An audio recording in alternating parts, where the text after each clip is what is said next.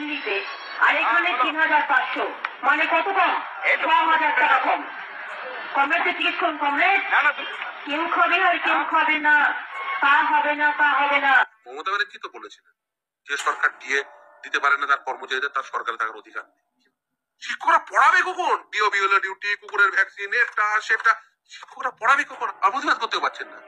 শিক্ষকদের শিক্ষকতা আওয়ারের মধ্যে কোনো ডিউটি, শিক্ষক পেশা ছাড়া অন্য কোনো পেশার ডিউটি, শিক্ষার কাজ ছাড়া আদালতের লড়াই চলবে, রাস্তার লড়াই চলবে, দিতে হবে কর্মীদের। আমি ভাবি আর কি অবস্থা।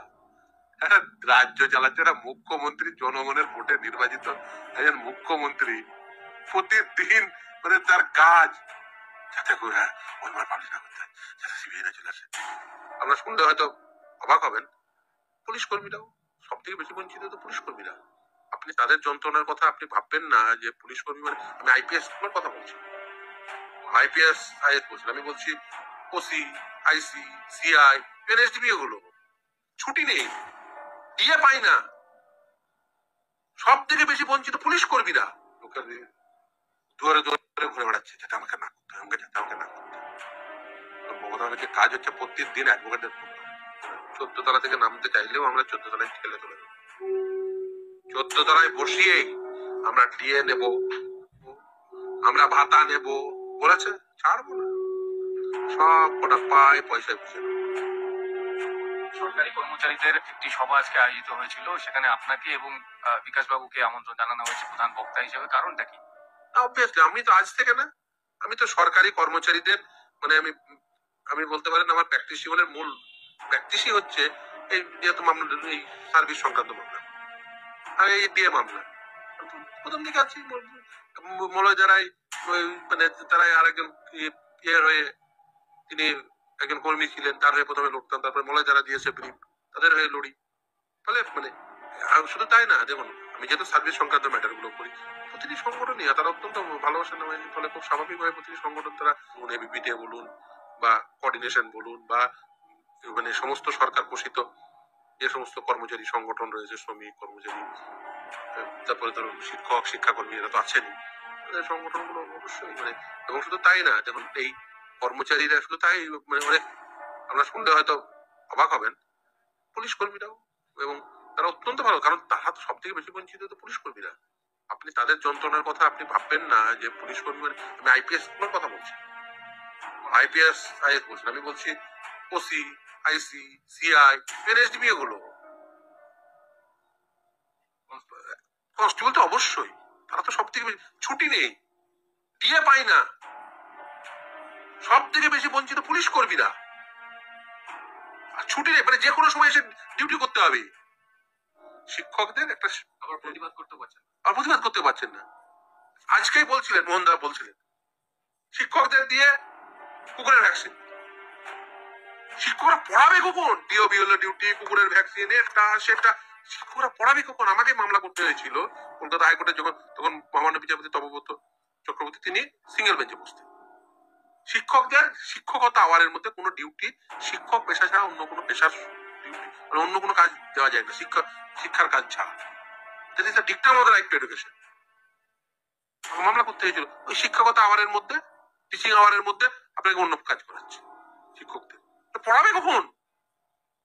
রাইট টু এডুকেশনের পারপাস কি?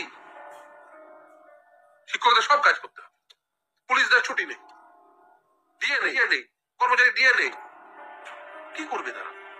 প্রতিবাদ করবে না? অবশ্যই আমি বলেছি তো, দিয়ে নিয়ে 2019 সালের রোপারো তার একটা নোটিফিকেশন, ডিএ কে আইনসঙ্গত অধিকার হিসেবে যাতে সরকার নোটিফিকেশন করে সেটা করে, তার জন্য কর্মচারী আন্দোলন করবে। আপনার বিরুদ্ধে আর বিকাশ বাবুর বিরুদ্ধে প্রতিদিন তৃণমূলের মুখপাত্র নিয়ম করে বলছেন যে আপনি এবং বিকাশ বাবু বা আপনাদের যারা সিপিআইএম পন্থী আইনজীবীরা রয়েছেন ইচ্ছাকৃতভাবে মমতা ব্যানার্জিকে বিপদে ফেলছেন। এখন আপনি যা বলছেন এআইসিপিসি অনুসারে এখনো ডিএ দিতে হয় না, বকেয়া ডিএর মাত্র 25% দিতে হবে, তাই সরকারের এই অবস্থা। আপনি যা বলছেন তো কালঘাম ছুটে যাবে সরকারের। দিতে হবে, অবশ্যই দিতে হবে, যেমন আদালতের লড়াই চলবে, রাস্তার লড়াই চলবে, দিতে হবে কর্মীদের। মমতা ব্যানার্জি তো বলেছিলেন যে সরকার ডিএ দিতে পারে না তার কর্মচারীদের, তার সরকারে থাকার অধিকার নেই। আর আজকে সরকার এসে বলে যাবে আমরা বলতে দেবো? প্রতিদিন যেমন রাস্তার লড়াই চলছে, আজকে দেখলেন কলকাতা মিউনিসিপাল কর্পোরেশনের পাশে হাজার হাজার সরকারি কর্মী এসছে। লড়াই চলবে, রাস্তার লড়াই চলবে, আদালতের লড়াই চলবে। এই কর্মীরাই তারাই তাদের ন্যায্য পাওনা আদায় করে নেবে। এবিটিএ, এবিবিটিএ, কোঅর্ডিনেশন, যৌথ মঞ্চ, তারা এই সমস্ত সংগঠনগুলো যৌথ মঞ্চ, বিশ্বজিৎ দাস, মোহন দা, এবিটিএর নেতারা সবাই একসঙ্গে লড়ে এই দাবি আদায় করে। রাস্তার লড়াই চলবে, অফিসে অফিসে লড়াই চলবে, স্কুলে স্কুলে লড়াই চলবে, বিশ্ববিদ্যালয়ে বিশ্ববিদ্যালয়ে লড়াই চলবে, কলেজে কলেজে লড়াই চলবে। ওরা কি চাইছে? ওরা চাইছে সরকার পোষিত স্কুলগুলো, কলেজগুলো, বিশ্ববিদ্যালয়গুলো, সরকারি প্রতিষ্ঠানগুলোকে সবগুলোকে ভেঙে দেবো, নিয়োগে দুর্নীতি করব, সরকারি স্কুল থাকবে না, ওর বন্ধু বেসরকারি স্কুল, কলেজ, বিশ্ববিদ্যালয়ের ওটা চাইছে। আর সেখান থেকে ইলেকট্রাল বন্ডের মাধ্যমে নিতে এখন অন্য পথে নেবে। ভাবুন, এই দেশে 1 নম্বর পার্টি বিজেপি, তারপরেই তৃণমূল কংগ্রেস সর্বোচ্চ ইলেকট্রাল বন্ড পায়। কেন? আঞ্চলিক পার্টি। কেন? কারণ কর্পোরেটের দালালিটা ভালো করে করে, কর্পোরেটের দালালি করে। এই যে দেখেন ওবিসি নিয়ে জট পাকিয়ে রেখে দিয়েছে, কিসের জন্য? আমি বলেছি তো, বেসরকারি বিশ্ববিদ্যালয়গুলোকে স্টুডেন্ট পাঠানোর দালাল, বুঝলেন না, দালাল, স্টুডেন্ট পাঠানোর দালালি করেছে, কাটমানি নেবে বলে। মমতা ব্যানার্জি যে স্টুডেন্ট পাঠানোর দালাল।